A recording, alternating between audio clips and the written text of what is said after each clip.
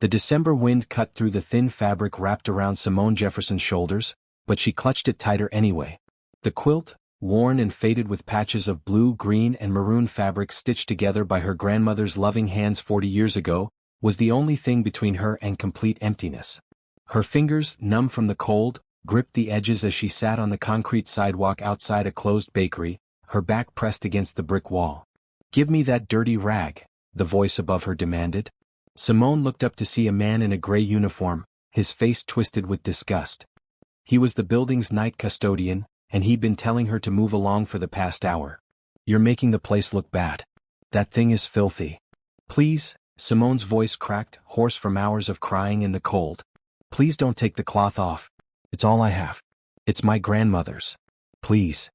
The man reached down, his thick fingers grasping the corner of the quilt. "I said move along. We don't want your kind here." Simone held on with strength she didn't know she had left. The quilt began to tear at the seams, and she let out a sob that echoed down the empty street. "No, please. Please don't. I'm begging you. Let go of the rag, lady." "It's not a rag," Simone cried, her voice breaking. "It's my grandmother's quilt. She made it. She's gone now. Please, it's all I have left of her. I have nothing else. Nothing. Please." The man pulled harder and Simone felt the fabric ripping. She couldn't let go. She wouldn't. This quilt had covered her as a baby. It had been on her bed through childhood. Her grandmother had stitched every patch with prayers for her future. When her grandmother passed 5 years ago, this quilt was her inheritance, more valuable than any money because it was made with love. The sound of a car door closing made both of them freeze. Footsteps approached, confident and quick. A voice, deep and commanding but not harsh, spoke clearly in the night air. "Stop. Let her go." Simone looked up through tears to see a tall man in a navy blue suit approaching. His brown skin glowed under the streetlight, and his expression was serious but not angry. He looked at the custodian with an intensity that made the other man step back immediately. "Sir, I was just asking her to move along," the custodian stammered, releasing the quilt. "Then you asked. She didn't move. That's her choice. This is a public sidewalk," the man in the suit said calmly. "Walk away now." The custodian muttered something under his breath and walked back into the building, leaving Simone alone with the stranger. She wrapped the quilt tighter around herself, suddenly aware of how she must look. Her hair, usually neat and styled, was tangled and unwashed. Her clothes, a green sweater and jeans that had once fit properly, now hung loose on her frame. She'd lost weight not by choice but by necessity. She hadn't eaten a full meal in 3 days. The man in the suit knelt down slowly, carefully, as if approaching a frightened animal. His dark eyes met hers with such kindness that Simone felt fresh tears spring up. "Are you hurt?" he asked gently. Simone shook her head, not trusting her voice. "My name is Harrison Blake," he said. "I own a company not far from here. I was driving home when I saw what was happening. May I ask your name?" "Simone," she whispered. "Simone Jefferson." "Simone, when did you last eat?" The question was so direct, so caring that Simone couldn't lie. "Tuesday," she said. Today was Friday. Harrison's jaw tightened, but his eyes remained soft. "Will you let me help you? Please?" Simone wanted to say no. She wanted to have pride.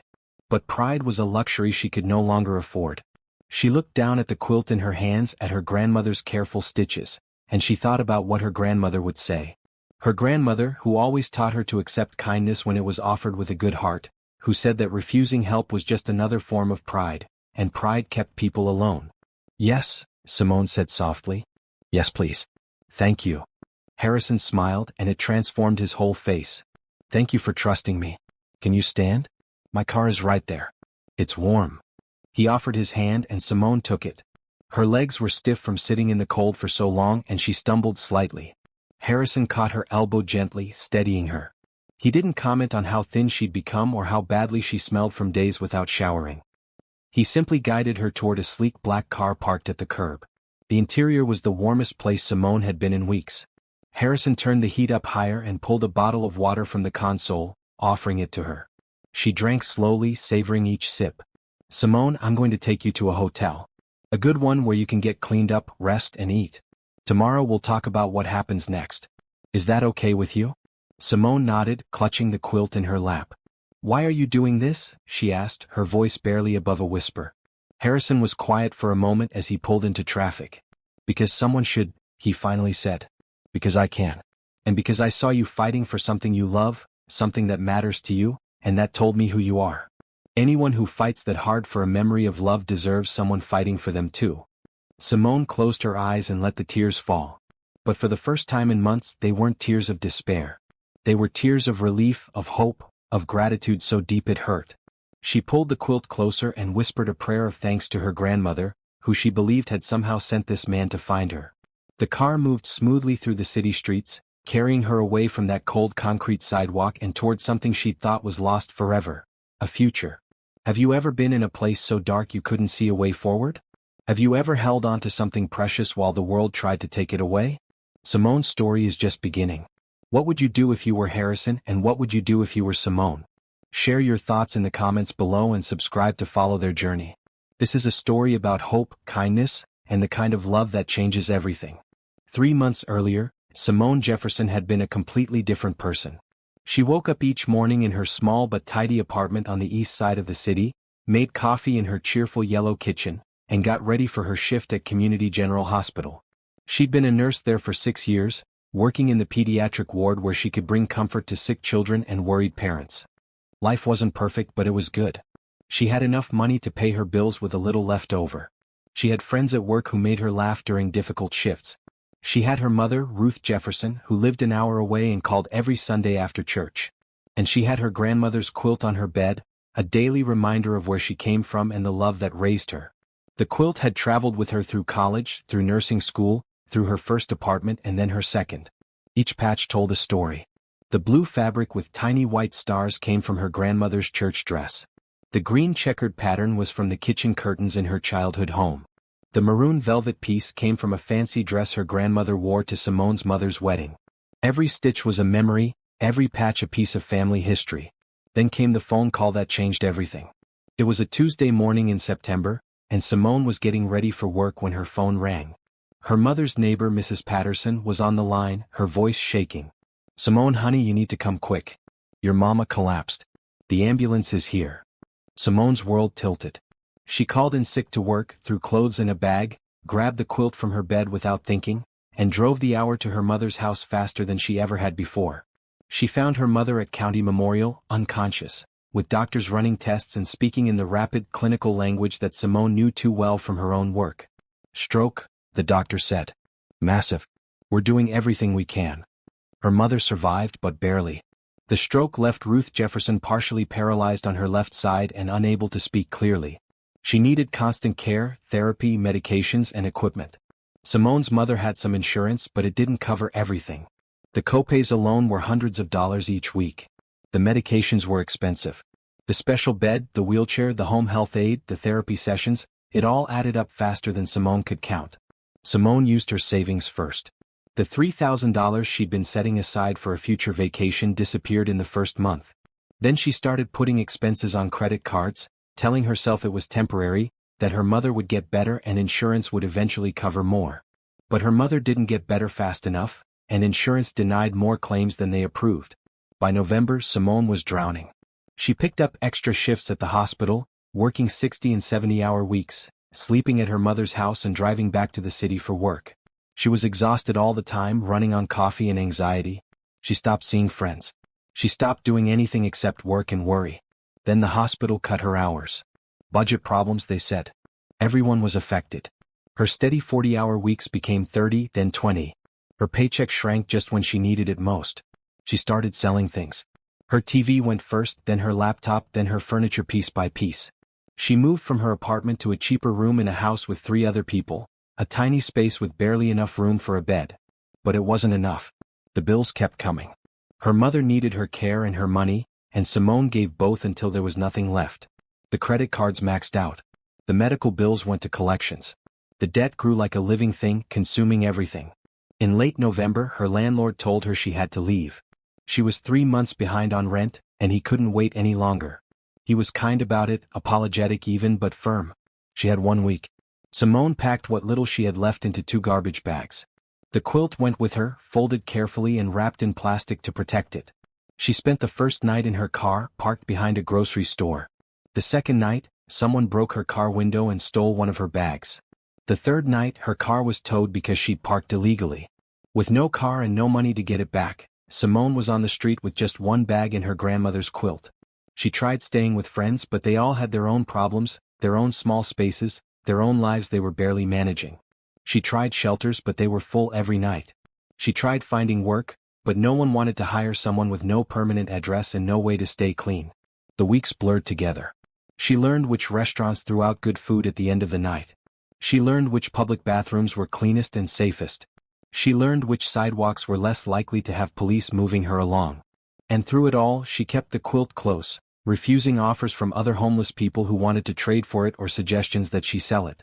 "It's not for sale," she always said. "It's my grandmother's." The quilt became her bed, her blanket, her pillow, and her comfort. On the hardest nights, when she was cold and hungry and scared, she wrapped herself in it and remembered her grandmother's voice singing hymns in the kitchen. She remembered Sunday dinners and family gatherings. She remembered being loved and safe and whole. By December, Simone had been on the streets for 3 weeks. She'd lost weight, lost hope, and nearly lost herself. She still called her mother's home health aide twice a week from a borrowed phone, always asking the same questions. "Is she okay? Is she eating? Does she need anything?"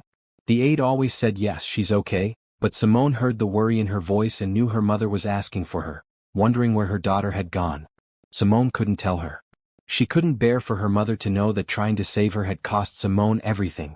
So she stayed away and sent what little money she could scrape together, usually $5 or $10, whatever she could get from odd jobs or kind strangers. That Friday night in December, sitting on that cold sidewalk with the custodian trying to take her quilt, Simone had been at her absolute lowest point. She'd been ready to give up. She'd been thinking that maybe it would be easier to just let go of everything, including life itself. Then Harrison Blake stopped his car and changed everything. As Simone sat in the warm vehicle, heading toward a hotel she couldn't have afforded in her best days, she realized something important.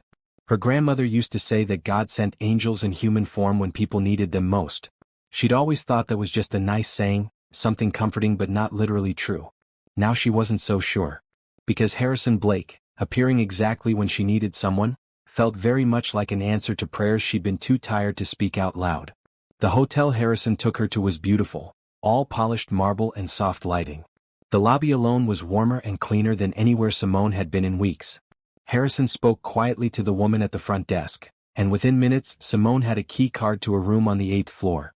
"The room is yours for as long as you need it," Harrison said as they rode the elevator up. "Tomorrow we'll talk. Tonight just rest. There's room service. Order anything you want. Here's my card with my personal cell number. If you need anything at all, call me." Simone took the card with shaking hands. "I don't know how to thank you," she whispered.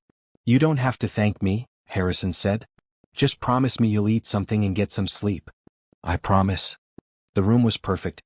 Clean white sheets, a soft bed, a bathroom with hot water and little bottles of shampoo and soap. Simone stood in the shower for 20 minutes, watching dirt and despair wash down the drain. She wrapped herself in a fluffy white robe and ordered soup and bread from room service, eating slowly because her stomach had shrunk. Then she lay down on the bed with her grandmother's quilt spread out beside her, and for the first time in months, Simone Jefferson felt safe. She closed her eyes and slept deeply, dreamlessly, knowing that tomorrow would bring new challenges but also new possibilities. Her grandmother's voice echoed in her memory, "Baby girl, when kindness comes knocking, you open that door wide. You say thank you and you accept it with grace. Because kindness is how God loves us through other people." Simone had opened the door. She had accepted. And now she would see where this kindness would lead. Morning light filtered through the hotel curtains, soft and gentle, not like the harsh streetlights Simone had grown used to. For a moment she forgot where she was. Then she felt the soft mattress beneath her, saw the clean white walls and remembered. Harrison Blake. The car. The hotel. Safety. She sat up slowly, her body still aching from weeks of sleeping on concrete and in doorways. The grandmother's quilt lay folded neatly on the chair where she'd placed it before sleeping. Seeing it in this clean, beautiful room made her eyes sting with tears. The contrast between where she'd been yesterday and where she was now felt impossible. A knock on the door made her jump. "Room service," a cheerful voice called. Simone wrapped the robe tighter and opened the door to find a young woman in a maroon uniform pushing a cart laden with breakfast. Eggs, toast, fruit, orange juice, coffee. The woman smiled warmly as she wheeled it in. "Good morning. Mr. Blake called ahead and ordered breakfast for you." He said to tell you he'll be by at 10 o'clock if that's okay. Simone nodded, not trusting her voice. The woman left and Simone sat down to eat. Every bite felt like a gift. The eggs were fluffy and perfectly seasoned. The toast was warm with real butter. The coffee was hot and strong. She ate slowly, savoring each taste, her body gradually waking up to the possibility of being okay again. At exactly 10 o'clock, another knock came. Simone had showered again, dressed in the same green sweater and jeans she'd been wearing, and brushed her hair as best she could with the hotel comb. She opened the door to find Harrison standing there with 2 shopping bags. "Good morning, Simone," he said with that same gentle smile from last night. "May I come in?" She stepped back, letting him enter. He set the bags on the table and turned to face her. "I hope you slept well," he said. "Better than I have in months," Simone admitted. "Thank you. For everything. I still can't believe this is real." "It's real," Harrison assured her. "And I have a proposition for you. But first I brought you some clothes. I had my assistant pick them up this morning. Basic things, comfortable things. I hope they fit." Simone looked in the bags to find jeans, shirts, a warm red jacket, socks, underwear, all new with tags still attached. Her throat tightened with emotion. "I can't accept all this," she started to say, but Harrison held up a hand. "Simone, I'm going to be very direct with you. You can accept this and you should. I have the resources to help and you need help. There's no shame in that. My mother used to tell me that refusing help when you need it is just pride wearing a different coat. Don't let pride keep you cold." The mention of his mother made Simone pause. "You said last night that you understood about medical bills." Harrison's expression grew serious. He sat down in one of the chairs and gestured for Simone to sit as well. "My mother died 6 years ago," he said quietly. "Cancer. She fought for 2 years and I spent every penny I had trying to save her. I was lucky because I owned my business by then and I could afford the best care. But I remember the fear. I remember watching the bills pile up. I remember the feeling of helplessness when money couldn't fix what was broken." "I'm sorry," Simone said softly. "I tell you this because I want you to understand that I know what it's like to watch someone you love suffer. And I know what it's like to feel desperate. Last night, my assistant did some research. I hope you don't mind, but I had him look into your situation. I know about your mother. I know about the stroke and the bills. I know you were a nurse at Community General." Simone tensed. "That feels invasive." "I know and I apologize. But I needed to understand how to help you properly. Simone, I'm not a random stranger doing a random act of kindness. I run a company that owns 5 medical centers in this city. We employ over 3,000 people. I have resources, connections, and the ability to change your situation significantly if you'll let me." "What do you mean?" Simone asked carefully. Harrison leaned forward. "I want to offer you a job. My company has a wellness center for our employees, a place where they can get physical therapy, counseling, health screenings, all on site. We need a nurse coordinator to run the day-to-day operations. The previous coordinator retired last month, and we've been searching for the right person. I think you might be that person." Simone's heart raced. "A job. A real job. But I've been off the streets," she said. "I'm not. I haven't worked in weeks. I don't even have references anymore. Why would you trust me?" "Because you fought to keep your grandmother's quilt," Harrison said simply. "Because you called to check on your mother even when you had nothing. Because you're a trained nurse with 6 years of experience in pediatrics, which means you know how to care for people in their most vulnerable moments. That's the kind of person I want on my team." Simone felt tears threatening again. "I don't know what to say." "Say yes. The job pays $60,000 a year with full benefits. I'll provide an apartment, not a gift but part of your compensation package. Many of our senior employees have company housing. You'll start next Monday, which gives you a week to get settled. You'll have time to go see your mother, to get your bearings, to breathe." It was too much. Too good. Too impossible. But Simone looked at Harrison's face and saw only sincerity and kindness. She thought about her grandmother's words about accepting grace. She thought about her mother who needed her. She thought about having a life again, a purpose, a future. "Yes," she said, the word coming out stronger than she expected. "Yes, I accept. Thank you." "Thank you so much." Harrison smiled. "Good. Now let's talk about practical matters. First, the apartment. It's furnished, move-in ready. I'll have someone drive you over this afternoon so you can see it. Second, I've arranged for you to have an advance on your salary, $5,000, available today. Use it for whatever you need. Third, I'd like to introduce you to Dr. Patricia Chin, who runs our medical centers. She'll be your supervisor and I think you'll like her." Simone's head spun with how quickly her life was changing. Yesterday she'd been on the street. Today she had a job, an apartment, and money. Felt like a dream. Harrison, I have to ask, why are you doing all this? I mean, I'm grateful, but this is more than just helping someone in need. This is changing my entire life. Harrison was quiet for a moment. Can I be honest with you? Please. When my mother died, I was angry. Angry at the world, at God, at everyone. I had all this money, all this success, and I couldn't save her. What was the point of having wealth if it couldn't protect the people I loved? I shut down emotionally for years. I ran my business, I made more money, but I wasn't really living. Then about a year ago, I had a conversation with a very wise woman, my mother's best friend.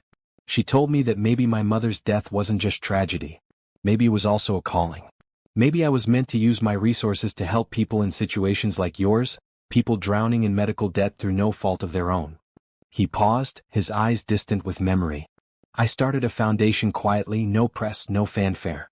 We pay medical bills for families who can't afford them. We've helped about 50 families so far. But last night, when I saw you on that sidewalk fighting for that quilt, something shifted in me. I realized I'd been helping from a distance, writing checks but never really connecting. You reminded me that people aren't statistics or charity cases. You're a person with a name, a story, a grandmother who loved you, a mother who needs you. I wanted to help you not just with money but with opportunity. You deserve that. Simone wiped her eyes. Your mother would be proud of you. I hope so, Harrison said softly. And I hope my help doesn't feel like pity. It's not. It's recognition. You worked hard, you're educated, you're skilled. You just hit a rough patch that could happen to anyone. I'm giving you a hand up, not a handout. You'll earn every penny of that salary, I promise. Patricia runs a tight ship. Simone laughed through her tears. I'm not afraid of hard work. I know you're not. That's why I'm confident this will work.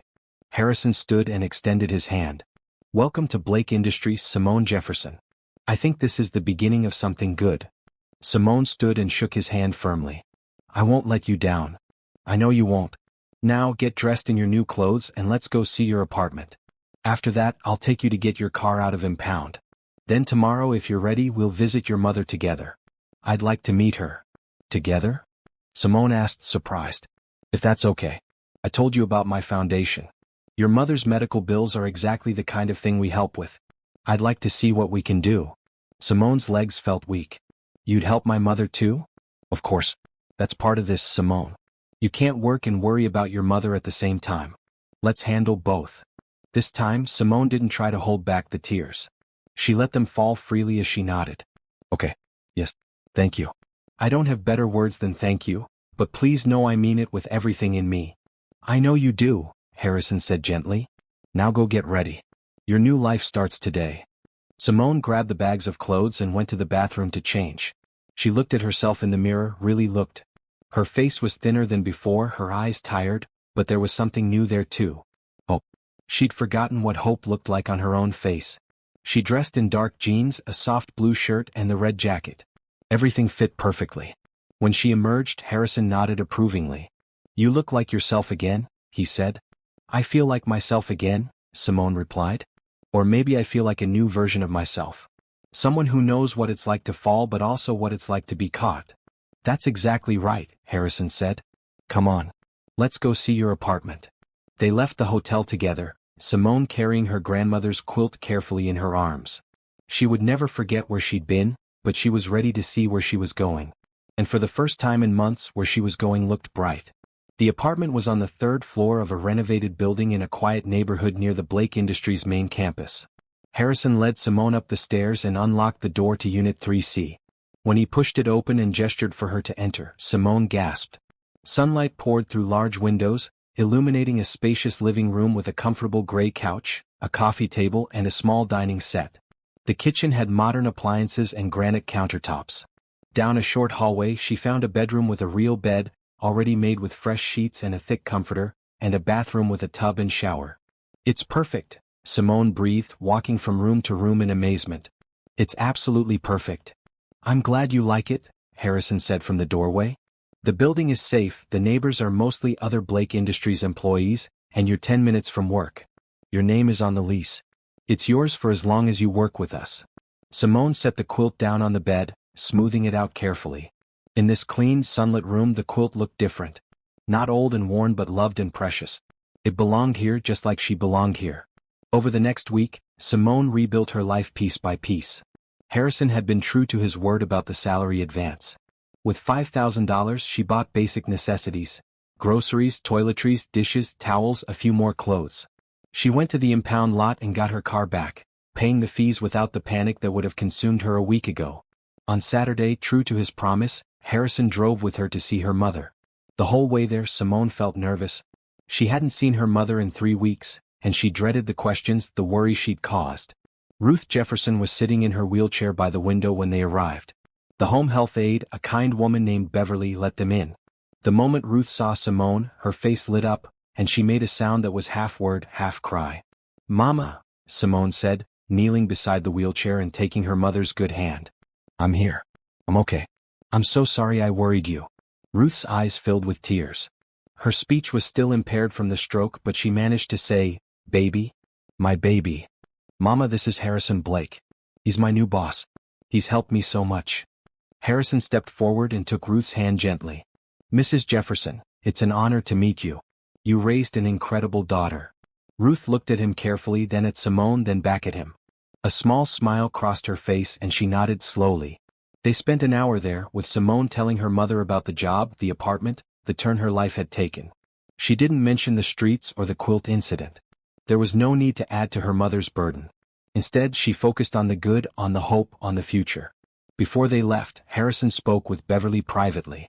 When he returned, he handed Simone a folder. "What's this?" she asked. "Your mother's medical bills. All of them. My foundation has reviewed the case and we're covering everything. The hospital bills, the therapy, the medications, the home health care. Everything. It's taken care of." Simone stared at the folder, then at Harrison, unable to speak. Beverly, overhearing, let out a small cry of joy. "Are you serious?" Simone finally managed. "Completely serious. Your mother will continue to get the care she needs, and you won't have to worry about the cost. That's handled." Simone sank into a chair, overwhelmed. Ruth made a questioning sound, and Simone turned to her mother, tears streaming down her face. "Mama, he paid your bills. All of them. We're free. You're taken care of. Everything is okay now." Ruth's good hand flew to her mouth and she wept. Beverly wept. Simone wept. Even Harrison's eyes looked suspiciously bright. "I can't ever repay you for this," Simone said to Harrison. "I don't want repayment. I want you to work hard, help people, and live well. That's payment enough." On the drive back to the city, Simone was quiet, processing everything. Finally she spoke. "You know what the hardest part was?" she asked. "Not the hunger. Not the cold. It was the feeling that the world didn't care. That I could disappear and no one would notice. That I didn't matter." "You matter," Harrison said firmly. "You always mattered. Sometimes the world just gets too loud and busy to show people they matter. That's why we have to do it deliberately, intentionally." "Is that why you really started the foundation? To show people they matter?" "Yes. And to honor my mother, who always saw people. She never walked past someone in need. She talked to the homeless man on the corner, learned his name, buy him lunch. She taught me that every person has a story and deserves dignity." "She sounds wonderful." She was. You would have liked her. They drove in comfortable silence for a while. Then Harrison spoke again. "I want to tell you something, Simone. Monday when you start work it's going to be challenging. Patricia is a great supervisor but demanding. The wellness center serves 3,000 employees and they all have needs. You're going to be busy, probably overwhelmed at first. But I believe in you. You have the skills and the heart for this work." "I'm ready," Simone said. "I've been through worse than a demanding job." Harrison laughed. "Fair point. But seriously, if you need anything, my door is always open. Not just as your employer but as, well, as a friend, I hope." Simone looked at him, this man who'd changed her life so completely in just 1 week. "I'd like that. I'd like to be friends." "Good. Because I'm going to need someone to keep me honest. Running a company, it's easy to lose sight of what matters. You remind me what matters." Monday morning came bright and clear. Simone dressed carefully in navy slacks and a maroon blouse, both new. She packed a lunch, grabbed her bag, and drove to Blake Industries for the first time as an employee. The wellness center was a beautiful space on the second floor of the main building, with treatment rooms, a small gym, a meditation room, and offices. Patricia Chin, the director, was a petite woman in her 50s with sharp eyes and a warm smile. Simone Jefferson, she said, shaking hands firmly. Harrison told me about you. Welcome to the team. I'm going to work you hard, but I'm fair and I think you're going to do great here. Thank you, Dr. Chin. I'm ready to learn. Please call me Patricia. Now let me show you around. The first day was a whirlwind of introductions, procedures, systems, and information. Simone met the other staff, 2 physical therapists, a counselor, a nutritionist, and 3 other nurses. Everyone was welcoming and professional. They showed her how to schedule appointments, process insurance, order supplies, and handle the endless paperwork that came with medical care. By the end of the day, Simone's head was spinning, but she felt energized. This was real work, meaningful work. She was helping people again. She mattered again. Harrison stopped by at 5 o'clock, just as Simone was finishing up. How was day 1? He asked. Overwhelming and wonderful, Simone said honestly. I love it already. I'm glad. Patricia told me you did great. Natural fit, she said. I can't thank you enough for this opportunity. You're thanking me by showing up and doing the work. That's all I ask. He paused. Listen, some of the staff are going to get dinner down the street. Would you like to join? It's casual, just a way to get to know each other outside of work. Simone hesitated. She was tired and wanted to go home to her quiet apartment. But she also knew that building relationships mattered, that being part of a team meant showing up in more ways than one. I'd love to, she said. Dinner was at a small restaurant with good food and better conversation. Simone sat between Patricia and one of the physical therapists, a funny woman named Julie who made everyone laugh with stories about her kids. Harrison sat across the table, participating in the conversation but mostly listening, watching his employees connect.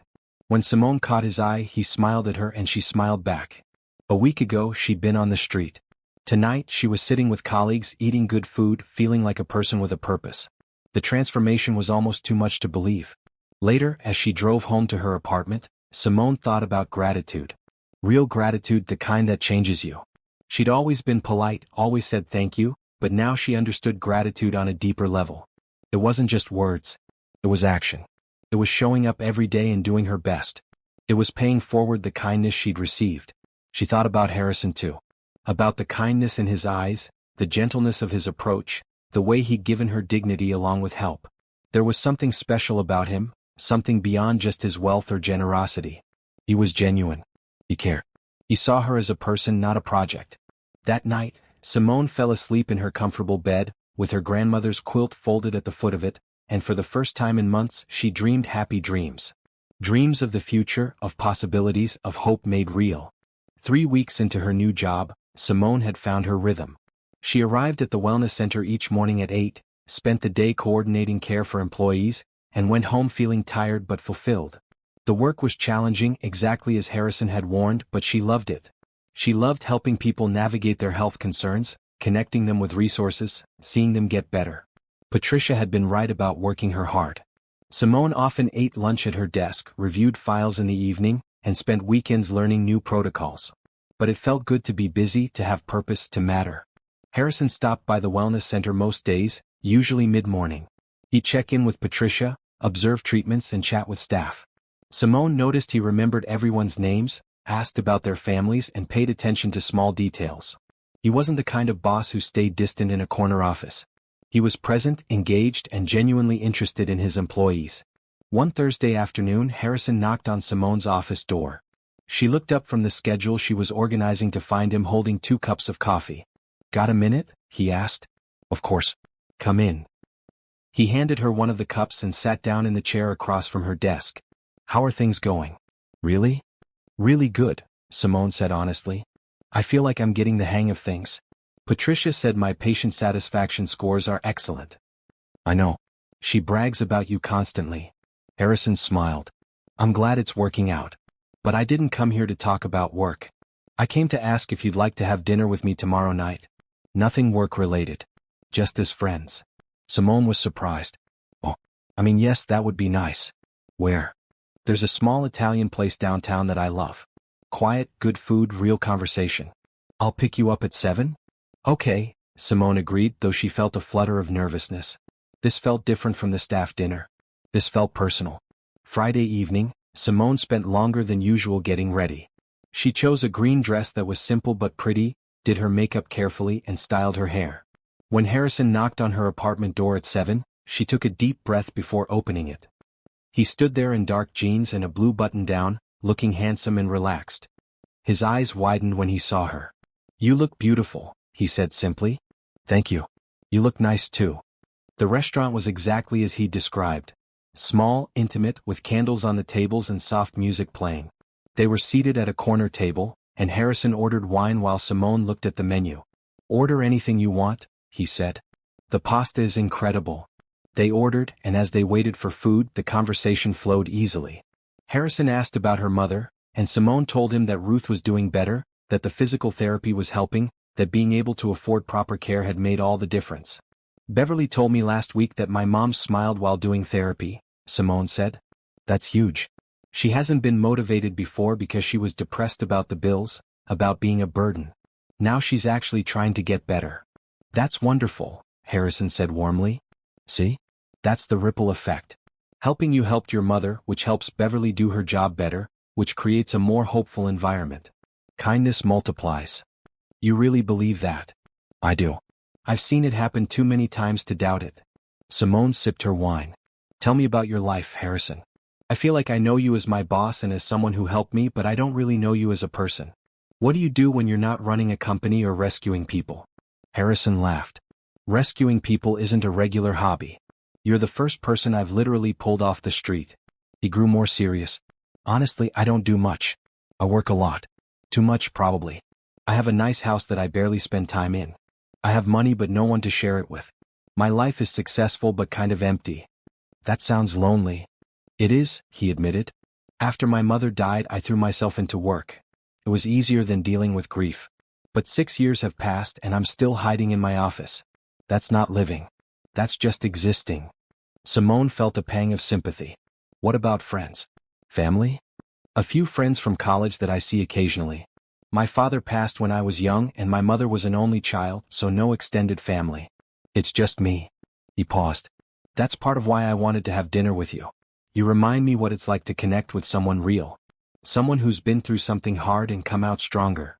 "I don't feel stronger," Simone said softly. "I feel like I'm barely holding it together some days. But you are holding it together. That's the strength. And you're doing it with grace and gratitude. That's rare." Their food arrived and they ate slowly, continuing to talk. Harrison told her about building his company from nothing, about the risks he'd taken, the mistakes he'd made, the lessons he'd learned. Simone told him about her grandmother, about the quilt and what it meant to her, about the dreams she'd had before everything fell apart. "Do you still have those dreams?" Harrison asked. "Some of them. I wanted to work in pediatrics, maybe become a nurse practitioner someday. I wanted to buy a house, have a family, live a quiet, good life. Those dreams seem both closer and farther away now." "Why farther?" "Because I know how fast everything can disappear. I'm scared to want too much in case it all gets taken away again." Harrison reached across the table and took her hand gently. "I understand that fear. But Simone, you can't let fear keep you from living. Bad things happen, yes. But good things happen too. You're living proof of that. A month ago you were on the street. Now you're here working, thriving, helping others. That's not luck. That's resilience." Simone felt tears sting her eyes. "Thank you for seeing that. Sometimes I still feel like that person on the sidewalk, clutching her grandmother's quilt and begging not to lose it. You'll always carry that experience with you. But it doesn't define you. It's part of your story, but it's not the whole story. The whole story is still being written." They finished dinner and walked slowly back to Harrison's car. The night air was cool but pleasant. Simone felt different than she had in a long time. Not just safe or stable but happy. Genuinely happy. "Thank you for tonight," she said as Harrison drove her home. "This was really nice." "It was. Can we do it again? Maybe next week." "I'd like that." He walked her to her apartment door, and they stood there for a moment in comfortable silence. "Simone, I want to be honest with you about something," Harrison said. "I really enjoy spending time with you. Not just because I helped you or because you work for me. I enjoy it because you're interesting and kind and real. I'd like to get to know you better if you're open to that." Simone's heart beat faster. "You mean as more than friends?" "Maybe. Eventually. If it feels right. I don't want to rush anything or make you uncomfortable. I know the situation is complicated with me being your boss. But I also don't want to pretend I don't feel something here."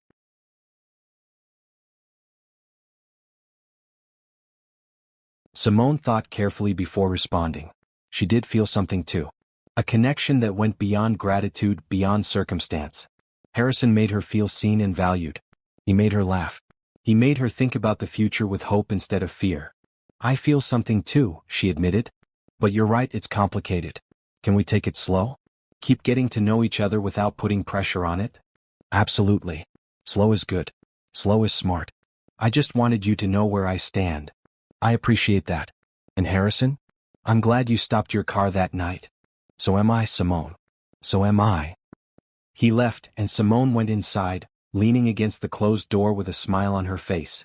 Her grandmother's quilt was draped over the couch and she picked it up, holding it close. Grandma, she whispered, I think something good is happening. Something really good. Thank you for teaching me to accept kindness. Thank you for this quilt that kept me going. I think you'd like him. Over the next few weeks, Simone and Harrison continued their Friday dinners. They explored different restaurants, tried new foods, and talked about everything. They discussed books, movies, childhood memories, hopes for the future. They debated silly things like whether pineapple belonged on pizza and serious things like what made a life meaningful. Simone learned that Harrison was funny, often quietly so. He had a dry wit that caught her off guard and made her laugh.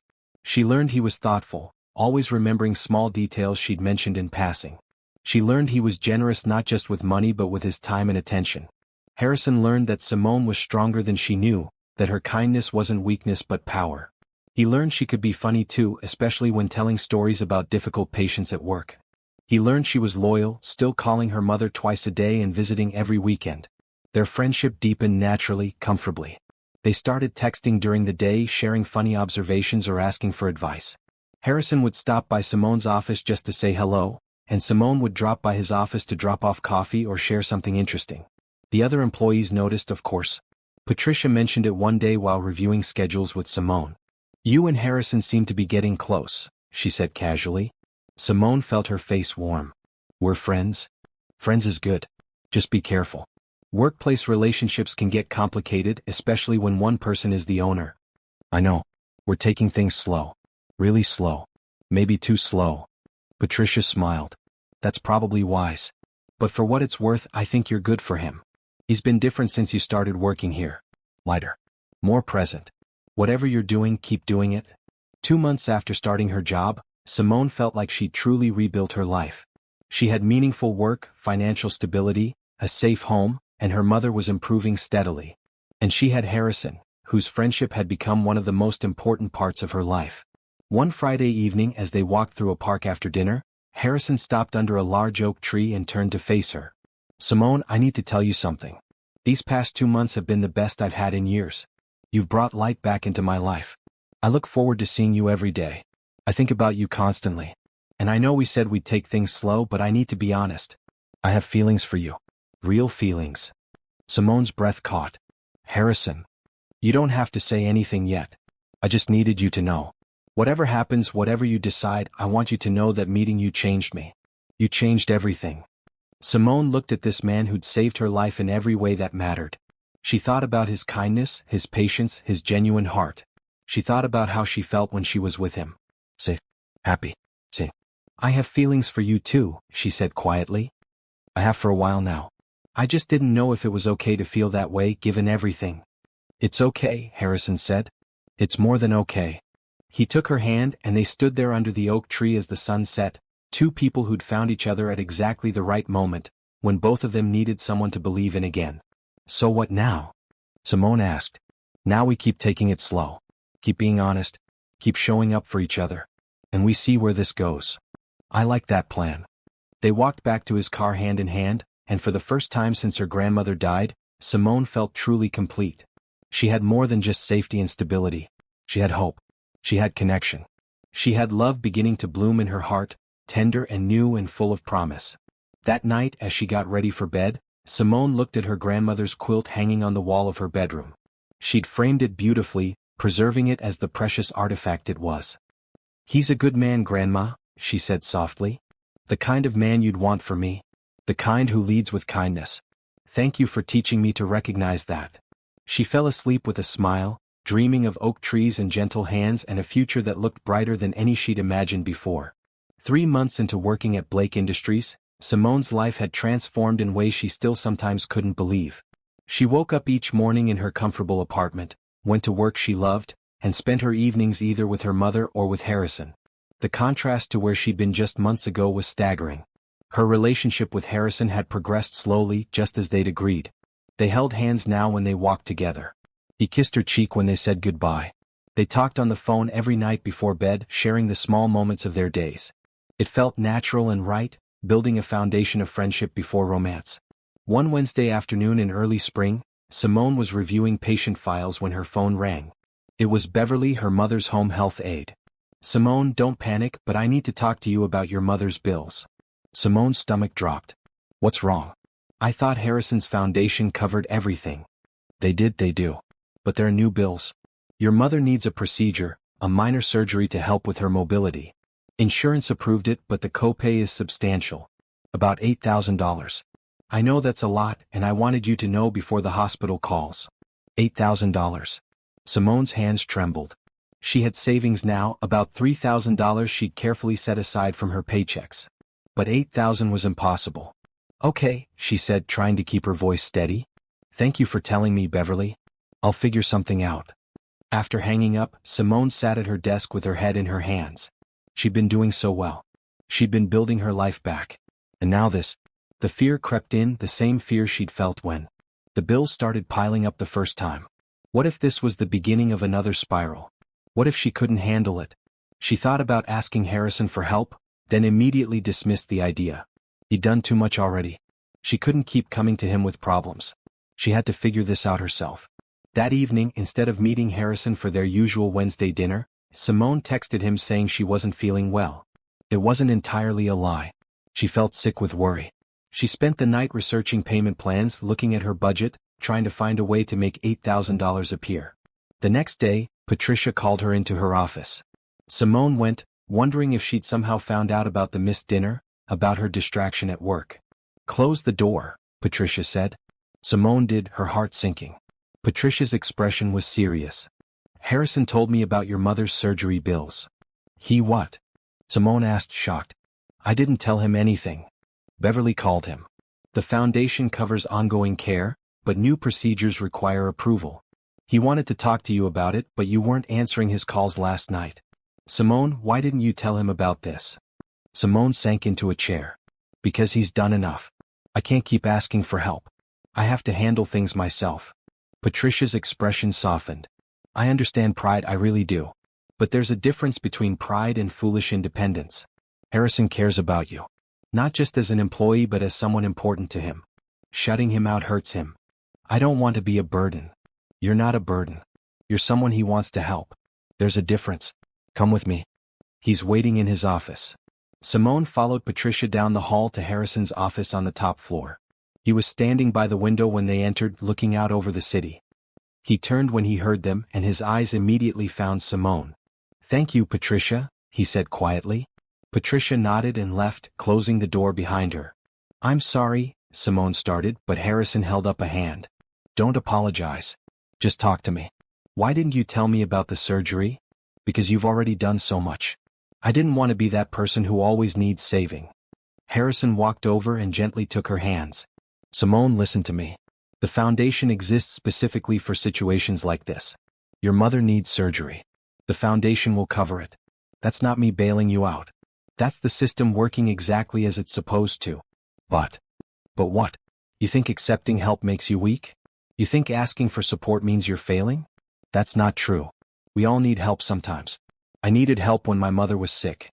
I had money, but I needed emotional support and I was too proud to ask for it. I don't want you making my mistakes." Simone's eyes filled with tears. "I'm scared. I'm scared that if I keep needing help, you'll get tired of me. That everyone will get tired of me." "I'm not going to get tired of you," Harrison said firmly. "I'm going to be here. For the good times and the hard times. That's what caring about someone means. Let me do this. Please." The please broke her. Simone nodded, tears falling freely. "Okay. Thank you. I'm sorry I shut you out." "Don't be sorry. Just promise me you'll talk to me when you're worried about something. We're building something here, you and me. It only works if we're honest with each other." "I promise," Simone whispered. Harrison pulled her into a gentle hug, and Simone rested her head against his chest, listening to his heartbeat, feeling his warmth. This was real. It was real. And he wasn't going anywhere. Later that day, Harrison called Simone into his office again. This time his expression was different. Excited, almost nervous. "I have something to show you," he said, pulling up a document on his computer. "I've been working on this for a few weeks. I wanted to wait for the right time, but after today I think now is right." He turned the screen so Simone could see. It was a detailed plan for a new program through his foundation, the Ruth Jefferson Medical Assistance Initiative. Simone stared at the screen, reading the outline. The program would specifically help families dealing with stroke recovery costs. It would cover not just bills but also therapy, equipment, home modifications, and caregiver support. "You're naming it after my mother?" Simone asked in disbelief. "Your mother's situation opened my eyes to a specific need that wasn't being addressed. Stroke survivors and their families face unique challenges. This program will help. And yes, I'm naming it after her because she matters. You matter. Your story matters. Harrison, I don't even have words." "You don't need words. Just accept it. The program launches next month. We've already identified 50 families who will qualify for immediate assistance. Your mother's surgery will be the first one we cover under the new initiative." Simone couldn't speak. She could only nod as tears streamed down her face. Harrison came around the desk and knelt beside her chair, taking her hands. "Simone, I need you to understand something. Helping your mother, it's not charity. It's not me being a white knight or you being a damsel in distress. It's me recognizing that life is hard and we all need support sometimes. It's me having resources and choosing to use them to make things better. It's me caring about you so much that your pain becomes my pain, and your joy becomes my joy. I care about you too," Simone said through tears. "So much it scares me sometimes. Don't be scared. Just be here. Be present. Let me care for you and you care for me. That's all I ask." "Okay," Simone agreed. "Okay." That evening after work, Harrison drove Simone to see her mother. He wanted to tell Ruth about the program personally. When they arrived, Ruth was in good spirits, excited to see them both. Harrison sat down beside her wheelchair and explained the new initiative. He showed her the brochure he'd had designed, complete with her name prominently displayed. Ruth's eyes widened and she looked at Simone in shock. "It's real, Mama," Simone said. "Your name is going to help so many families. People are going to get the care they need because of you." Ruth's good hand flew to her heart and tears rolled down her face. She reached for Harrison's hand and held it tightly, then managed to speak, her words slow but clear. "Thank you. God bless you. No, Mrs. Jefferson. Thank you. Thank you for raising a daughter who taught me what real strength looks like. Thank you for showing me that some things matter more than money. You've blessed me." The three of them sat together for a long time talking about the surgery, the program, and the future. Beverly joined them, and when she heard about the initiative, she cried too. On the drive home, Simone was quiet. Finally she spoke. "I don't know how to hold all this gratitude. It's too big. I feel like my heart can't contain it." "Then let it overflow," Harrison said. "Let it spill over into everything you do. That's how gratitude works. It changes you and then you change others." "Is that what happened to you? After your mother died?" "Eventually, yes. It took time, but eventually I realized that my grief could become something useful. My pain could become purpose. That's what you've done too. Your struggle made you compassionate. Your experience made you wise. That's powerful." Simone reached over and took his hand. "I'm falling in love with you," she said softly. "I thought you should know." Harrison pulled the car over to the side of the road and turned to face her. His eyes were bright with emotion. "I'm already in love with you," he said. "I have been for weeks. I just didn't want to say it and scare you off." "You're not going to scare me off. I'm here. I'm staying." He cupped her face gently and kissed her. It was their first real kiss, and it was soft and sweet and full of promise. When they pulled apart, both of them were smiling. "This is happening, isn't it?" Simone asked. "This is real." "This is very real," Harrison confirmed. "And Simone? I'm all in. Completely. Whatever comes next, we face it together." "Together," Simone agreed. "I like the sound of that." They drove back to her apartment holding hands, both of them feeling like they'd crossed some invisible threshold. They weren't just friends anymore. They weren't just dating. They were building something real and lasting, something that had started with a quilt on a cold sidewalk and had grown into love. That night, Simone called her mother to say goodnight.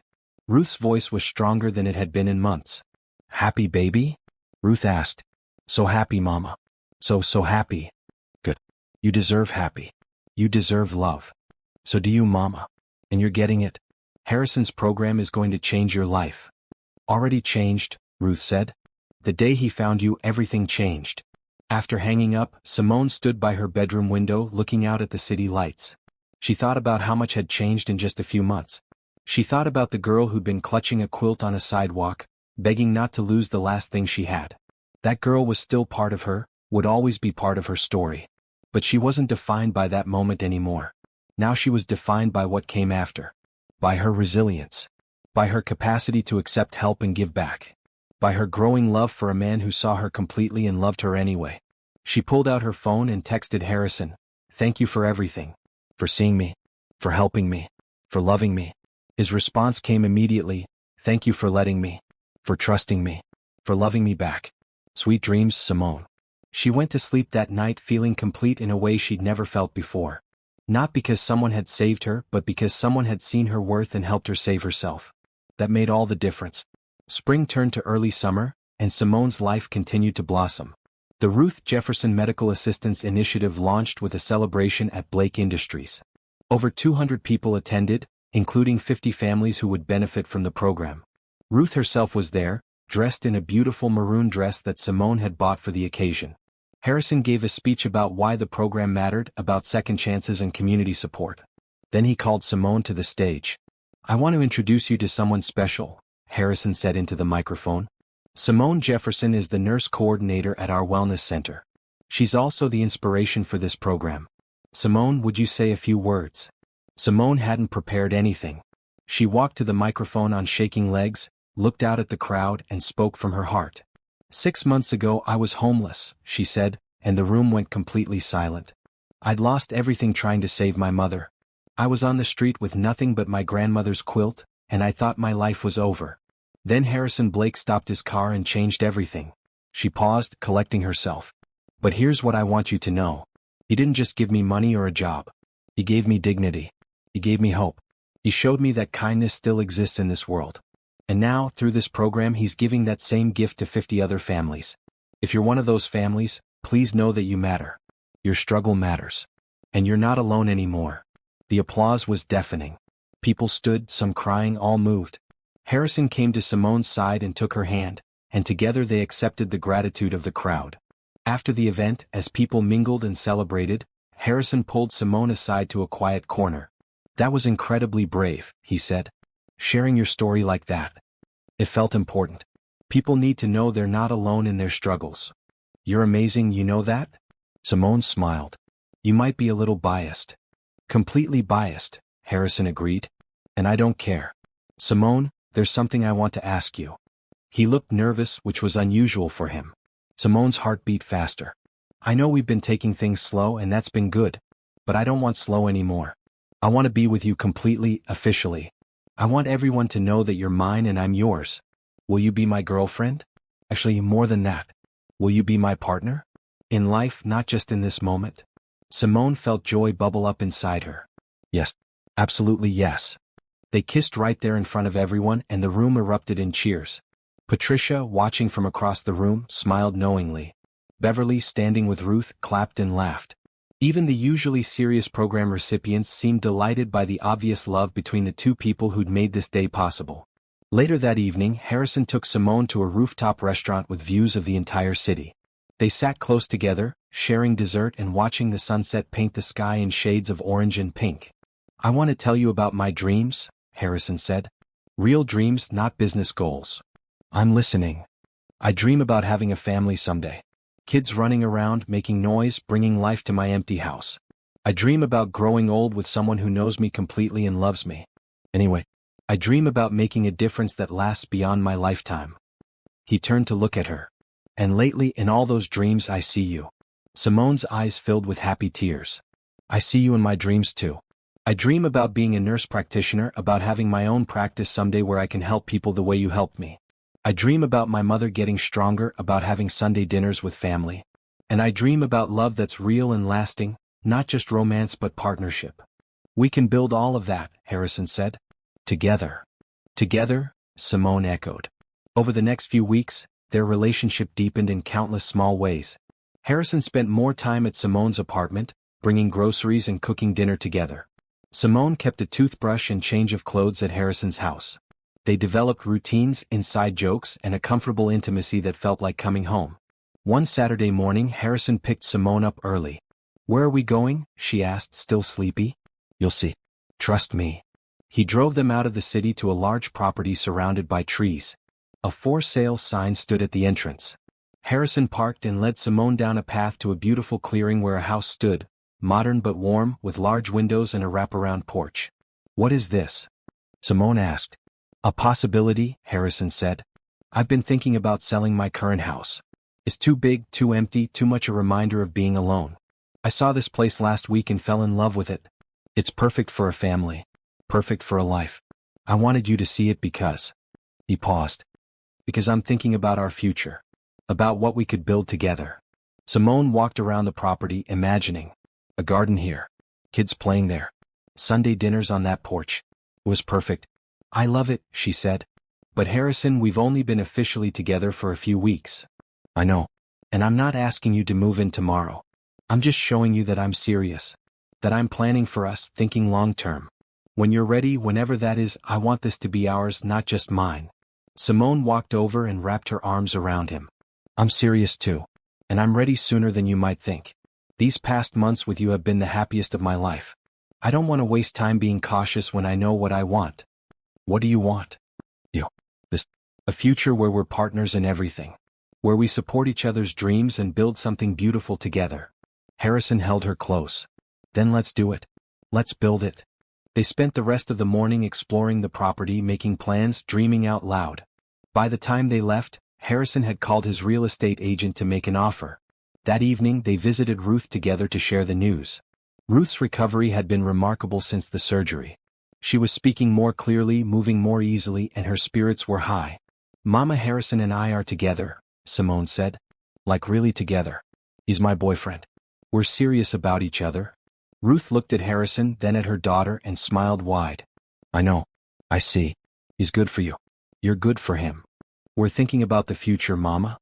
About building a life together." Ruth reached for both their hands. "Love is a gift. Don't waste it. Don't wait. Life is too short. Be happy now." Her words were simple but profound. Simone realized her mother was right. She'd wasted so much time being afraid, being cautious, holding back. But life was uncertain. The only guarantee was this moment, this day, this love right in front of her. "You're right, Mama," Simone said. "We're going to be happy. Starting now." Over the following weeks, things moved quickly but felt right. Harrison bought the property. He and Simone spent weekends there, planning renovations, choosing colors, making it theirs.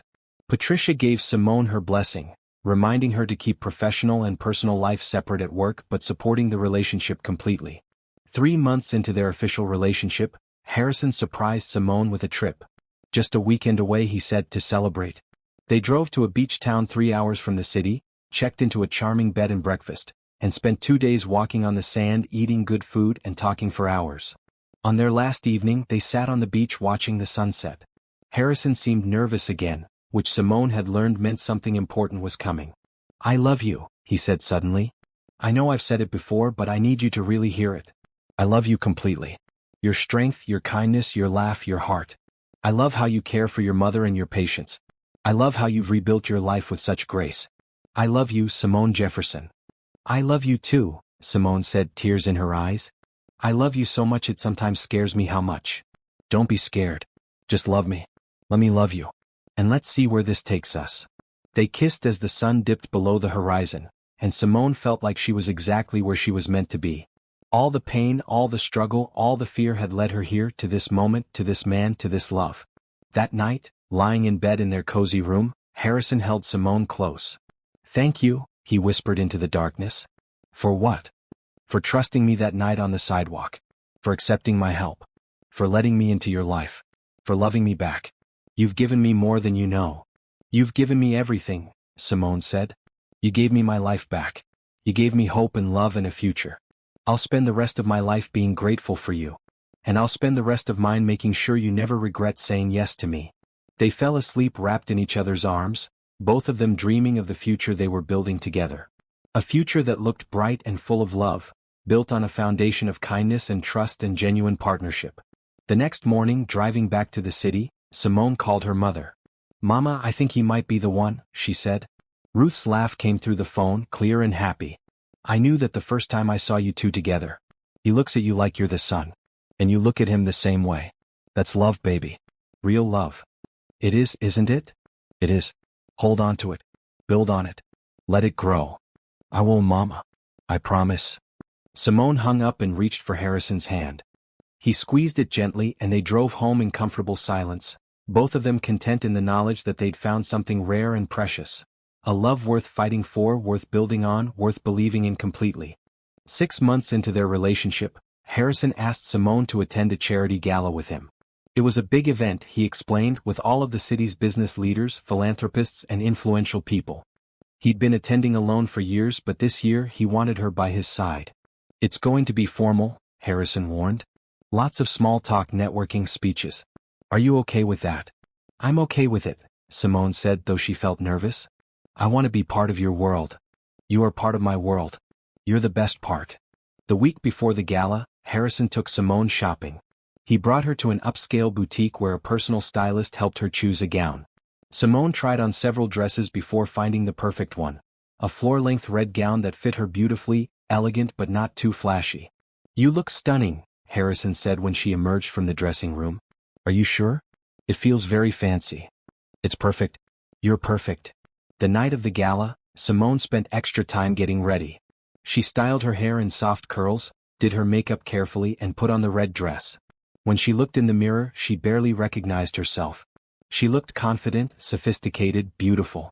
Harrison picked her up at 7, looking handsome in a black tuxedo. His eyes widened when he saw her. "Wow," he breathed. "Simone, you're breathtaking." "Thank you. You look pretty good yourself." The gala was held at the city's grand ballroom, a stunning space with crystal chandeliers, marble floors, and elaborate decorations. Simone felt like she'd stepped into a movie. Everywhere she looked, people wore expensive clothes and jewelry, spoke in confident voices, and moved through the room with ease. Harrison kept his hand on the small of her back, guiding her through the crowd. He introduced her to person after person. Business owners, doctors, lawyers, politicians. Each time, he said the same thing with pride clear in his voice. "This is Simone Jefferson, my girlfriend. She's a nurse coordinator at Blake Industries." Most people were genuinely warm and welcoming. They asked Simone about her work, listened when she talked about the wellness center, and seemed impressed by her knowledge and passion. A few were clearly surprised by her presence, by the fact that Harrison Blake had brought a date, but their surprise quickly turned to acceptance. During dinner, Simone sat between Harrison and a woman named Margaret Chin, a prominent surgeon and hospital administrator. "So how did you and Harrison meet?" Margaret asked. Simone glanced at Harrison, who nodded slightly. They talked about how much to share. "We met during a difficult time in my life," Simone said honestly. "Harrison helped me when I needed it most. He gave me a job and a chance to rebuild. We became friends first, then something more." "That sounds like Harrison," Margaret said warmly. "He's one of the most genuinely kind people I know. His foundation does incredible work." "The Ruth Jefferson Medical Assistance Initiative?" Simone asked. "Exactly. We're partnering with his foundation at my hospital. It's already made a huge difference for our stroke patients." "That program is named after my mother," Simone said. Margaret's eyes widened. "Really? Then you must be so proud. That program is changing lives." "I am proud of the program and of Harrison for creating it." Harrison, overhearing, squeezed her hand under the table. The rest of dinner passed pleasantly, with good food and better conversation. Simone found herself relaxing, enjoying the evening, feeling like she belonged. After dinner there were speeches.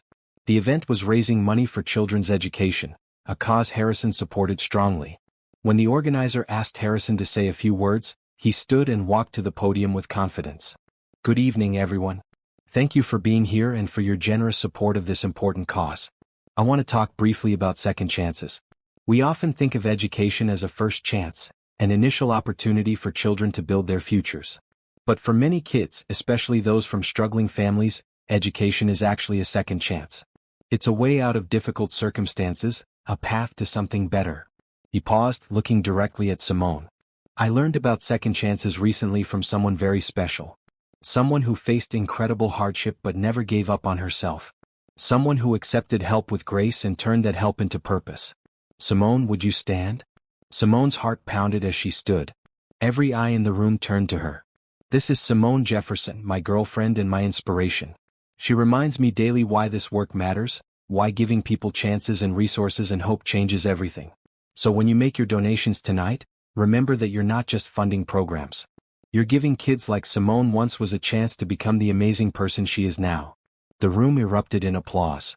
Simone felt tears threaten but blinked them back, smiling at Harrison across the room. He smiled back, and the love in his eyes was so obvious that several people nearby sighed happily. After the speeches, during the dancing portion of the evening, Harrison led Simone onto the floor. "Was that okay?" he asked as they swayed to the music. "Calling you out like that?" "It was more than okay. It was perfect. Thank you for being proud of me.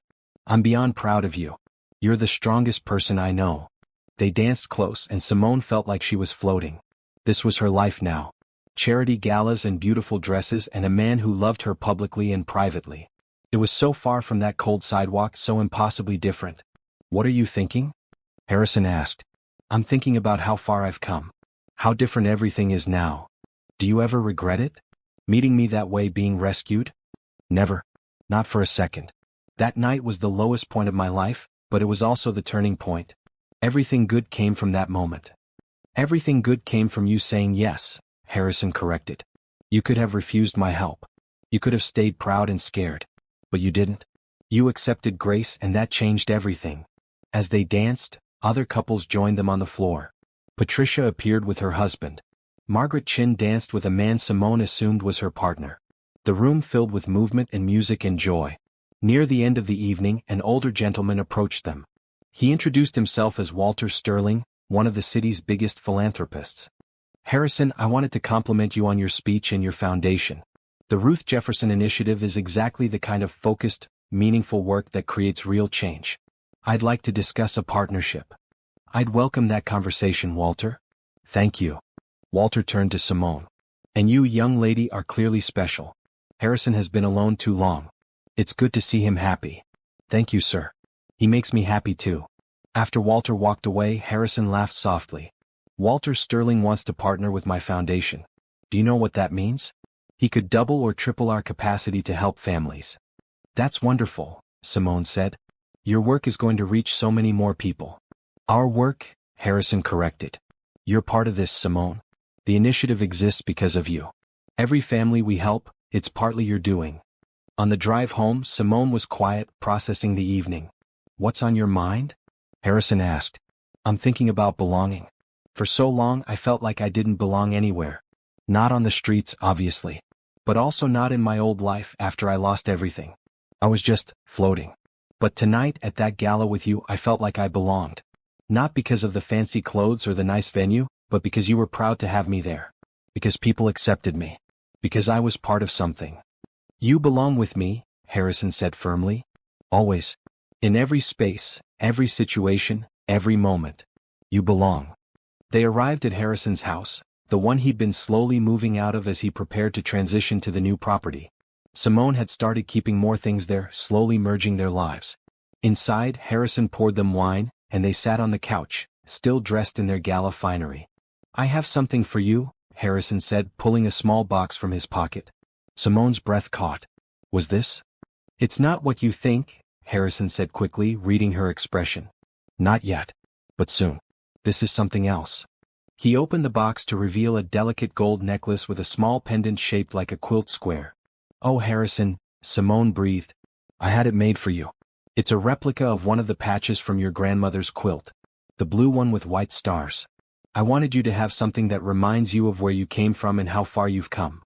Simone touched the pendant with trembling fingers. "It's perfect. Will you put it on me?" Harrison fastened the necklace around her neck, and Simone looked at herself in the mirror above the fireplace. The pendant rested right over her heart. "I'll wear it always," she said. "Good. Because you should never forget that you're strong enough to survive anything. You proved that." They spent the rest of the evening talking about the gala, about the people they'd met, about Walter Sterling's potential partnership. But underneath it all, Simone kept touching the pendant, feeling its weight, remembering. Later, as she got ready for bed, Simone called her mother. "Mama, tonight was amazing. I went to a fancy gala with Harrison. I wore a beautiful dress. I met important people. And I belonged there. I really belonged. Of course you did, Ruth said, her words coming easier now after months of therapy. You belong anywhere you choose to be. You're smart, kind, and strong. Never forget that. I love you, Mama. I love you too, baby. Now get some sleep. Tomorrow is another beautiful day. Simone hung up and crawled into bed next to Harrison. He pulled her close and she rested her head on his chest, listening to his heartbeat. Thank you for tonight, she whispered. For everything. Thank you for being brave enough to be by my side. For being yourself so completely. You're extraordinary, Simone. She fell asleep wrapped in his arms, the necklace pendant cool against her skin, a reminder of her grandmother's love and her own strength. Tomorrow would bring new challenges, new opportunities, new moments to build on what they'd created together. But tonight, she just rested in gratitude and love, knowing she'd found her place in the world.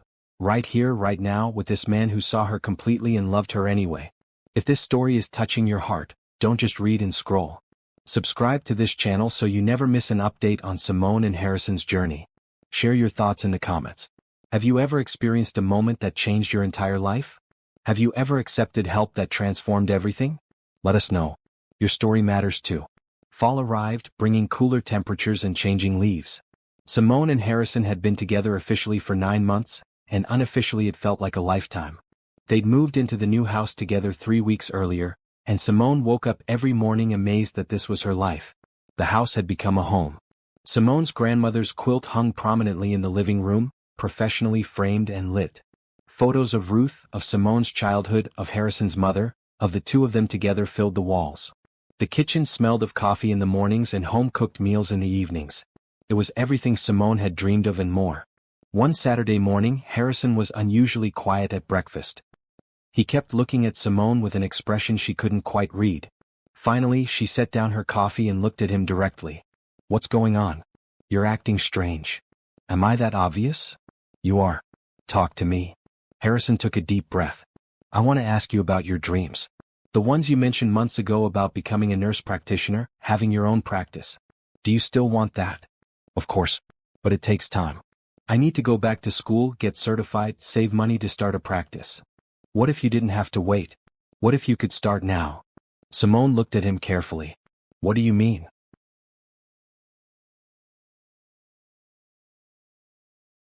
Harrison pulled out a folder and slid it across the table. Inside were building plans, financial projections, and a business proposal for a medical practice. I've been working on this for months, Harrison said. With Patricia's help. We want to open a community clinic, separate from Blake Industries but supported by the foundation.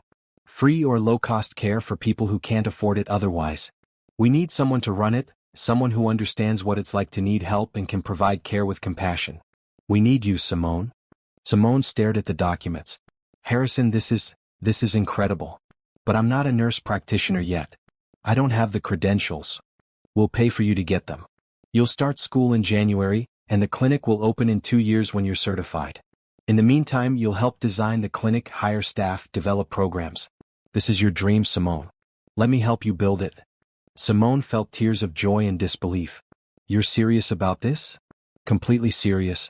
I've already secured the building, right in the neighborhood where you grew up. The community needs this. You're the perfect person to create it.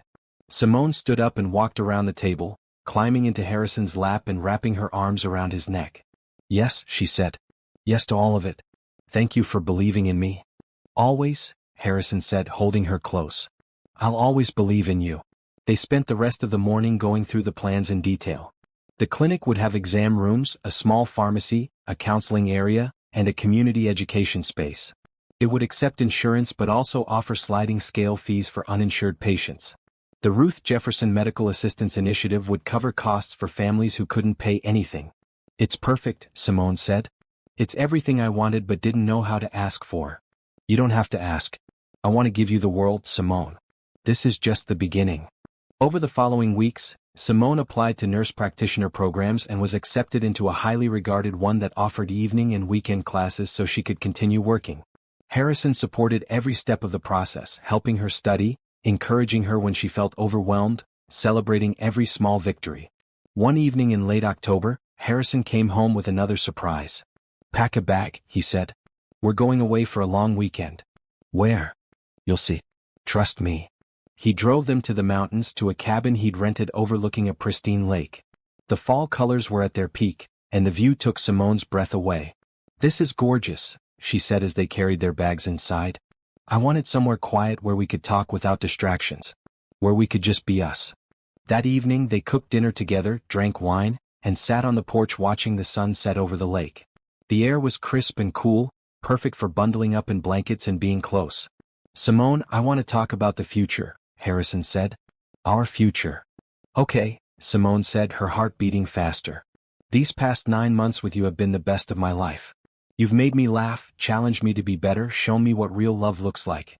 I can't imagine my life without you anymore. I don't want to imagine it. He set down his wine glass and turned to face her fully. I know we've talked about building a future together, about the clinic and the house and all our plans, but I want to make it official. I want commitment and partnership and everything that comes with that. I want. He paused, and Simone saw something that looked almost like fear flicker across his face. What is it? She asked gently. You can tell me anything. I want to ask you to marry me, Harrison said, the words coming out in a rush. But I'm terrified you'll think it's too soon, or that I'm being impulsive, or that you'll say no. Simone felt tears spring to her eyes. Harrison. Wait, let me finish. I know 9 months might seem fast to some people. But when you know, you know. And I know, Simone. I know you're the person I want to wake up next to for the rest of my life. I know you're the person I want to build dreams with and face challenges with. I know you're my partner in every sense of the word. He reached into his pocket and pulled out a small box, opening it to reveal a simple but beautiful ring with a single diamond. I'm not going to kneel and make this into a big production. I'm just going to ask you honestly as one person to another. Simone Jefferson, will you marry me? Will you be my wife, my partner, my family? Simone was crying openly now. She looked at this man who'd saved her life in every way that mattered, who'd believed in her when she couldn't believe in herself, who'd shown her what love looked like in action rather than just words. Yes, she said clearly. Yes, I'll marry you. Absolutely yes. Harrison's face broke into the biggest smile she'd ever seen. He slipped the ring onto her finger and it fit perfectly. Then he pulled her into his arms and kissed her deeply, both of them laughing and crying at the same time. I love you, Harrison said against her lips. So much. More than I knew it was possible to love someone. I love you too. I'm going to be your wife. We're going to be married. I can't believe this is real. It's real. You're real. We're real. And we're going to have an amazing life together. They stayed up late that night talking about wedding plans, about their future, about everything and nothing. They called Ruth, who cried tears of joy and told them she'd known this was coming. They called Patricia, who laughed and said it was about time. They called Beverly, who promised to help Ruth plan the perfect outfit for the wedding. The next morning they hiked around the lake, holding hands, talking easily, both of them wearing matching smiles. Simone kept looking at the ring on her finger, still not quite believing it was real. When should we get married? Harrison asked. Soon, Simone said. I don't want a long engagement. I want to be your wife. How soon is soon? Spring? That gives us 6 months to plan. Nothing too fancy, just family and close friends. Somewhere meaningful. I have an idea, Harrison said. What if we get married at the new house? In the backyard? We could have a tent, keep it small and intimate. Just the people who matter most. I love that idea. Our house. Our home. The place where we're building our life. It's perfect.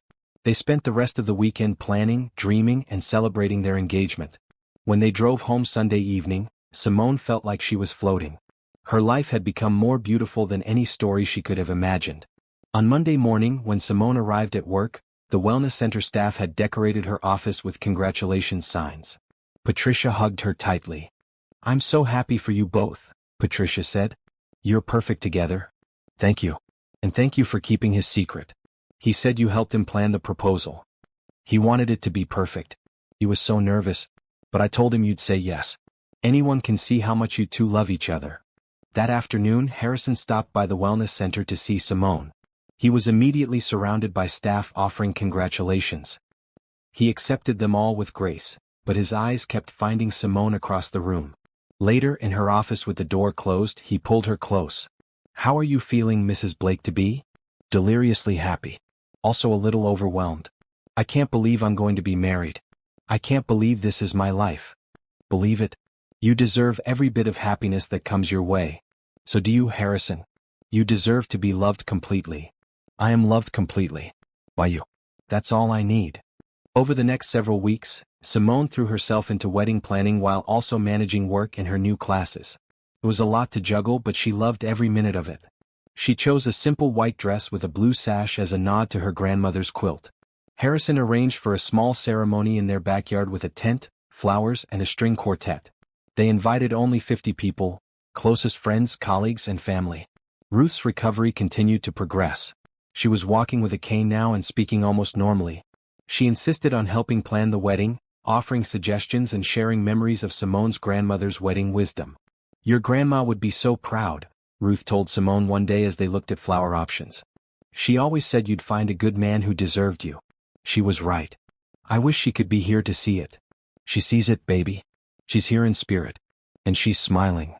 3 months before the wedding, on a cold January evening, Simone came home from her nurse practitioner classes to find Harrison sitting at the kitchen table with papers spread out in front of him. What's all this? She asked. The final plans for your clinic. The Jefferson Community Health Center. We break ground next month. Simone looked at the architectural drawings, the floor plans, the timelines. Her name was on everything. Her dream was becoming real. Harrison, I don't know how to thank you for all of this. You don't have to thank me. Your happiness is my happiness. Your dreams are my dreams. That's what marriage is going to be, supporting each other, believing in each other, building together. I can't wait to marry you, Simone said, tears in her eyes. I can't wait either. But Simone, there's something else I want to talk about. He pulled her down to sit beside him. What would you think about starting a family? After the wedding, after you're settled in your program. Maybe in a year or two. I know we haven't really discussed it, but I think about it sometimes. I think about kids running around this house, about being parents together. Simone felt her heart swell. I think about it too. I want that. I want children with you. I want to build a family. Really? Really? I want everything with you, Harrison. The whole beautiful, messy, wonderful life.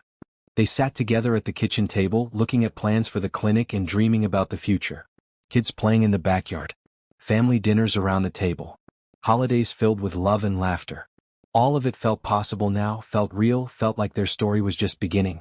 That night, as they got ready for bed, Simone looked at her engagement ring and thought about how much had changed in just over a year. From homeless to homeowner. From hopeless to hopeful. From alone to loved. It was almost too much good fortune to comprehend. But as Harrison wrapped his arms around her and she settled into sleep, Simone realized something important. This wasn't just good fortune or luck. This was the result of choices. Her choice to accept help. Harrison's choice to offer it. Their choice to be honest, vulnerable, and open with each other. Their choice to build something real. Love wasn't just something that happened to you. It was something you created, day by day, choice by choice, moment by moment.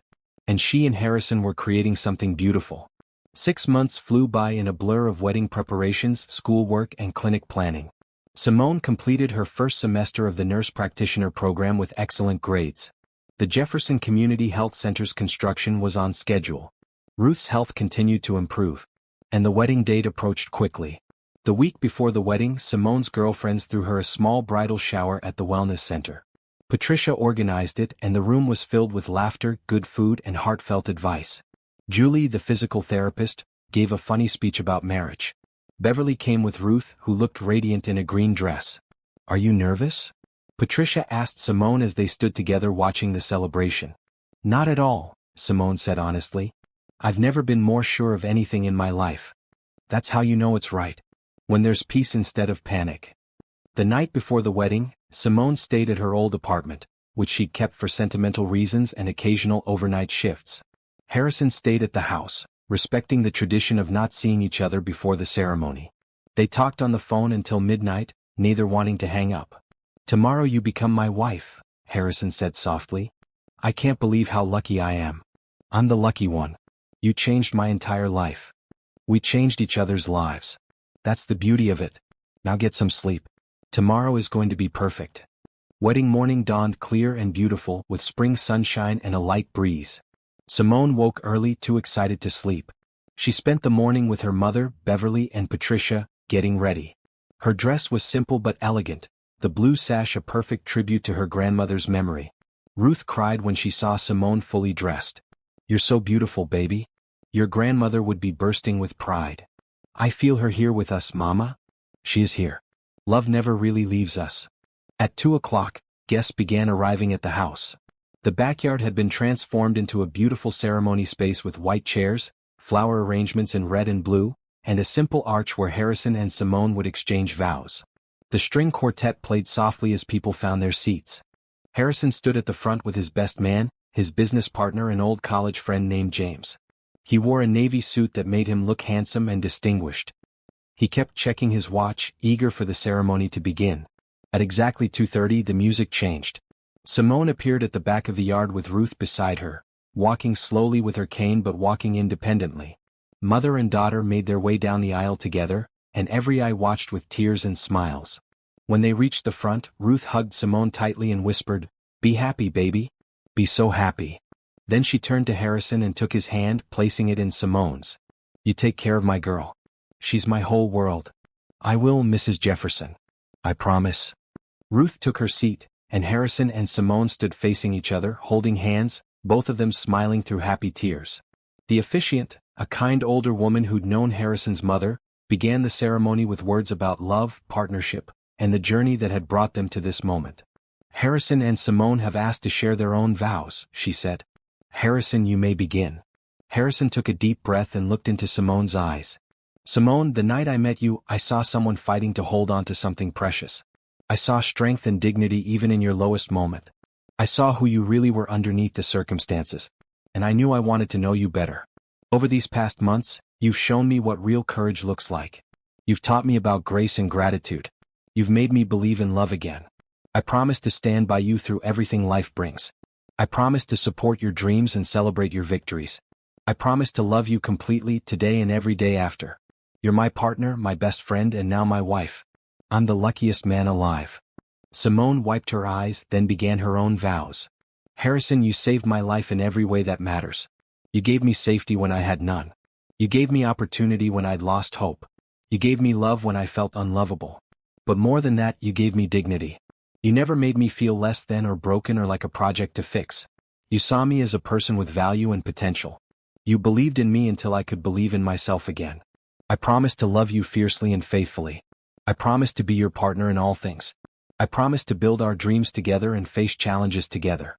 You're my home, Harrison. Wherever you are, that's where I belong." There wasn't a dry eye in the crowd.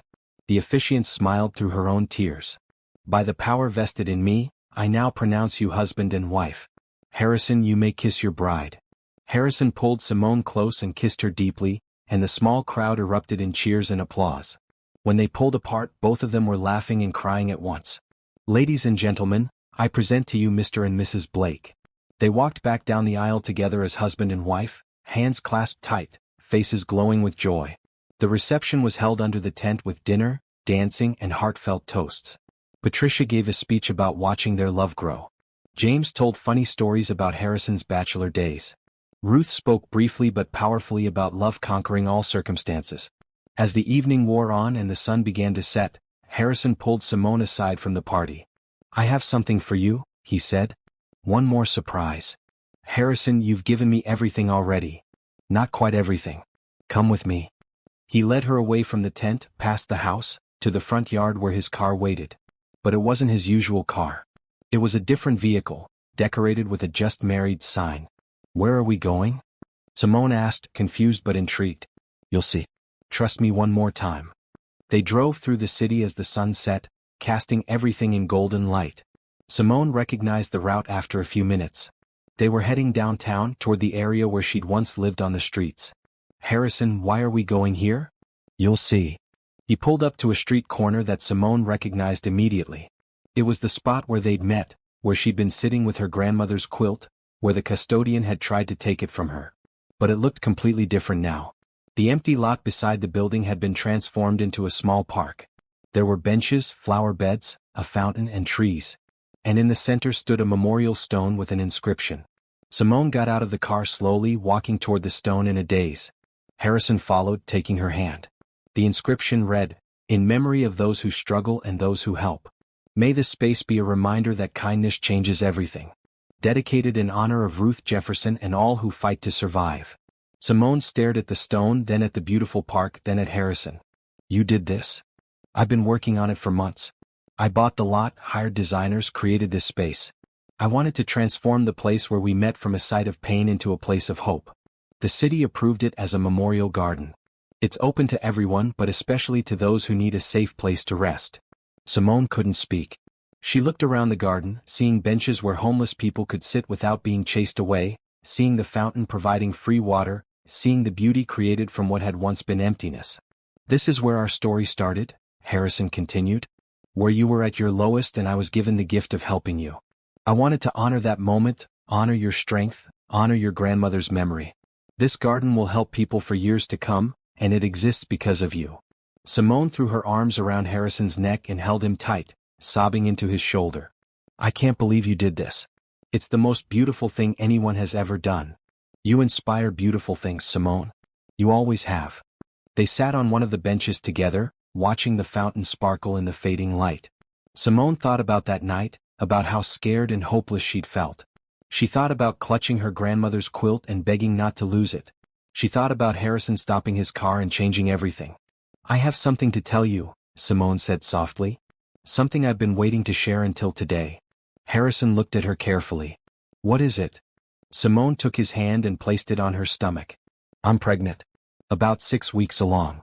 I found out a week ago, but I wanted to wait until after the wedding to tell you. We're going to have a baby, Harrison. We're going to be parents. Harrison's eyes widened, then filled with tears. We're having a baby? Really? Really? I'm pregnant. We're pregnant. He pulled her into his arms, laughing and crying at the same time. This is the best day of my life. You're my wife and we're having a baby, and I can't believe how much good has come from that one moment when I stopped my car. Everything good came from that moment, Simone agreed. Everything beautiful in my life now connects back to that night and your kindness. They sat together in the memorial garden as darkness fell and stars appeared overhead. Around them, the city continued its busy rhythm, but in this small space there was peace. There was hope. There was love made visible through action. What should we name the baby? Harrison asked, his hand still resting on Simone's stomach. If it's a girl, I want to name her Hope. Because that's what you gave me. Hope for a future. And if it's a boy? You choose. Harrison thought for a moment. Gabriel. It means, God is my strength. Because through all of this, through meeting you and loving you and building this life, I've learned that real strength comes from something bigger than ourselves. It comes from love and faith and community. Hope or Gabriel Blake, Simone said softly. Our baby. Our family. Our future, Harrison added. They stayed in the garden until late, talking about baby names and nursery colors and all the dreams they had for their growing family. They talked about the clinic that would open in a year, about Simone's studies, about Harrison's expanding foundation work. They talked about raising their child with the values that had brought them together. Kindness, gratitude, resilience, and love. Finally, as the night grew late, they stood to leave. Simone took one last look at the memorial stone, at her grandmother's name carved in stone, at this beautiful space created from a place of pain. Thank you, Grandma, she whispered. Thank you for teaching me to accept help. Thank you for the quilt that kept me going. Thank you for leading me to this man who loves me so completely. I'm going to be okay. Better than okay. I'm going to be happy. Harrison wrapped his arm around her waist and they walked back to the car together. As they drove away from the memorial garden toward their home, toward their future, Simone felt complete peace. Her journey had been hard, but it had led her exactly where she needed to be. She was a wife now. Soon she'd be a mother. She was building a career helping others. She had her mother, healthy and improving. She had friends who supported her. And she had Harrison, her partner in everything, the man who'd seen her at her worst and chosen to see her potential instead. That night in their home in their bed, Harrison held Simone close and whispered, I love you, Mrs. Blake. Forever. Forever, Simone agreed. Forever starts now. And as she drifted off to sleep, safe and loved and full of hope, Simone knew with certainty that her story was still being written. But whatever came next, she would face it with courage, with grace, and with the knowledge that kindness had saved her life and love had given her everything. The quilt that had once been all she possessed now hung in their home as a reminder of where she'd been and how far she'd come. Her grandmother's stitches, made with prayers and love, had carried her through the darkest time. And now, those same prayers were being answered in ways more beautiful than she'd ever imagined. Hope was real. Love was powerful. Kindness changed everything. And Simone Jefferson Blake's story was proof that even in our lowest moments, When we feel like we have nothing left, grace can find us. Help can come. Life can transform. And happy endings aren't just fairy tales. Sometimes when we're brave enough to accept help and open enough to love, they're real.